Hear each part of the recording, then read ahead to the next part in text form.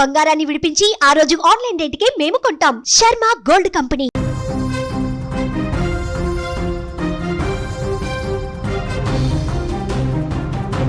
ఆంధ్రప్రదేశ్లో private travels bus ప్రమాద ఘటన 2 తెలుగు రాష్ట్రాలను ఇప్పుడు తీవ్ర విషాదంలోకి నెట్టేశాయి.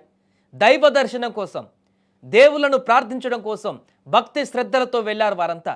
చిత్తూరు నుంచి ఎంతో భక్తి శ్రద్ధలతో బయలుదేరినటువంటి ఆ భక్తుల ప్రయాణం చివరికి మృత్యు దర్శనంతో ముగిసింది. అల్లూరి సీతారామరాజు జిల్లాలోని ఆ మన్యం కొండలు దైవ నామస్మరణతో మారుమోగాల్సింది పోయి నేడు మరణ మృదంగాన్ని వినిపిస్తున్నాయి.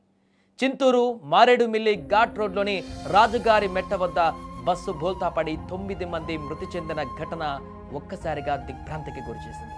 ప్రతి ఒక్కరిని కలిచివేస్తోంది. కళ్ళ ముందే తోటివారు, కట్టుకున్న వారు విగత జీవులుగా మారడాన్ని చూసి గాయపడ్డ వారి గుండెలు తట్టుకోలేక రోధిస్తున్నాయి.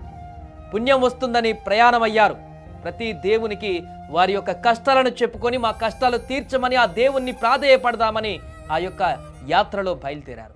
భద్రాచల రాముణ్ణి కొలువాడారు. అక్కడ భక్తి శ్రద్ధలతో పూజలు చేసి భద్రాచల రాముని పూజల తర్వాత అన్నవరం అని బయలుదేరారు. ఆ బస్సు ఎంతో ఉత్సాహంగా భక్తుల యొక్క పూర్తిగా వారి యొక్క కోలాహలంతో, సందడితోటి, భక్తుల యొక్క పాటలు భజనలతోటి కోలాహలంగా బయలుదేరినటువంటి ఆ ప్రయాణము మార్గ మధ్యలోనే, అన్నవరం వెళ్ళడం కంటే ముందు మార్గ మధ్యంలోనే యముడు మాటు వేసి ప్రాణాలు తీశాడని ఆ అమాయక భక్తులు ఊహించలేకపోయారు. ఘాట్ రోడ్లోని ఆ లోయలో చెల్లాచెదురుగా పడ్డటువంటి వస్తువులు, రక్తసిక్తమైనటువంటి దృశ్యాలు చూస్తే రాతి గుండె కూడా కరిగి కన్నీళ్లు పెడుతుంది. పుణ్యక్షేత్రాలకు చుట్టి ఇంటికి క్షేమంగా వస్తారనుకుని ఎదురు చూస్తున్నటువంటి వారి కుటుంబ సభ్యులు వీరి యొక్క మరణ వార్త విని తలడిల్లిపోతున్నారు. అయ్యో దేవుడా, నీ దర్శనానికి వస్తే చావు పలకరించిందా అంటూ కన్నీరు మున్నీరవుతున్నారు.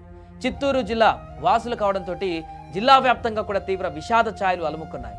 యాత్రకు వెళ్ళారు కాబట్టి అంతా కూడా ఒకే గ్రామానికి చెందిన వారు ఎక్కువగా ఉన్నారు, ఒకే ప్రాంతానికి చెందిన వారు ఎక్కువగా ఉన్నారు. వారంతా కలిసికట్టుగా ఈ యొక్క యాత్రలు చేసి వివిధ ఆలయానికి దర్శనం నిమిత్తం వెళ్ళి ప్రతి ఆలయంలో వారికి ఉన్నటువంటి మొక్కులు, వారి యొక్క పూర్తిగా వారికి ఉన్నటువంటి కోరికలను తీర్చమని చెప్పేసి ఆ దేవుణ్ణి ప్రార్థించాలనుకున్నారు.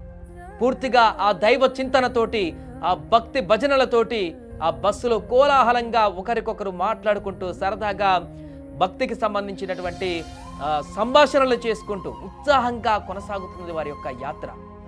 ఊహించలేదు ఆ బస్సు యాత్ర ఇంత తీరని విషాదానికి దారితీస్తుందని. లోయ ప్రాంతానికి వెళ్లారు. చుట్టూ వాతావరణం ఆహ్లాదకరంగా ఉంది. చెట్లు, కొండలు, కోనలు, మరొక వైపు చల్లటి వాతావరణం, మంచు. ఆహ్లాదభరితమైనటువంటి ఈ వాతావరణాన్ని అద్భుతంగా చూసి తరిద్దామనుకున్నటువంటి వారికి ఊహించని మృత్యు గంటిక వారి ముందు పడింది. ఎవరు ఊహించలేదు ఇంత దారుణమైనటువంటి ప్రమాదం. ఘాట్ రోడ్లో ఆ బస్సు బోల్తా పడి కిందికి పడిపోయినటువంటి ఆ దృశ్యాలు తీవ్ర ఆవేదనకు గురి చేస్తున్నాయి. మొత్తం బస్సు రివర్స్లో బోల్తా పడిపోయి ఆ కొండ మీద నుంచి, ఘాట్ రోడ్ నుంచి కిందికి జారుకుంటూ పోయినటువంటి సందర్భం అక్కడ మనకు ఆ విజువల్స్ చూస్తే అర్థమవుతుంది. ఆ సందర్భంలో ఇంకా ప్రాణాలు కోల్పోయిన వారు అక్కడికక్కడ 8 మంది ప్రాణాలు కోల్పోయారు. ఇంకొక వ్యక్తి దారిలో ప్రాణాలు కోల్పోయారు. మిగతా సివియర్గా ఇంజూరీ అయిన వాళ్ళు, కొంతమంది తక్కువ గాయపడ్డటువంటి వారు అసలు మమ్మల్ని ఎందుకు బతికించావు దేవుడా అనేటువంటి భయాందోళన కలిగింది వారికి. ఆ సందర్భంలో చూస్తుండగానే పక్కనున్నటువంటి వారి బంధువులు, తెలిసిన వాళ్ళు, స్నేహితులు, శ్రేయబులాసులు, తోటి యాత్రికులు కళ్ళ ముందే విగత జీవులుగా అక్కడ పడిపోయినటువంటి దృశ్యాలను చూసి మిగతా గాయపడ్డవారు వారి గుండె చెదిరిపోయింది. ఒక్కసారిగా వారి ఆర్తనాదాలు ఆ కొండ కోణాలు మొత్తం వ్యాపించాయి. వారి యొక్క అరుపులు, ఆర్తనాదాలు, వారి కన్నీటితో ఆ రోడ్డంతా కూడా జలమయమైనటువంటి పరిస్థితి నెలకొంది అర్ధరాత్రి. అటువైపు వెళ్ళినటువంటి మిగతా స్థానికులు కూడా తీవ్ర భయాందోళనకు గురయ్యారు. బస్సు ప్రమాదం అంటేనే అసలు ఫస్ట్ ఆఫ్ ఆల్ భయపడేటువంటి పరిస్థితి. ఈ మధ్యకాలంలో మనం చూసాం కర్నూలు, ఆ తర్వాత చేవెళ్ళ ఘటన, వేరే రాష్ట్రాల్లో ఇంకా చాలా జరిగాయి.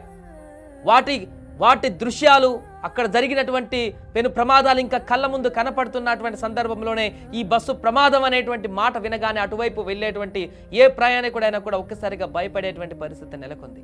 నిన్న రాత్రి కూడా అదే జరిగింది.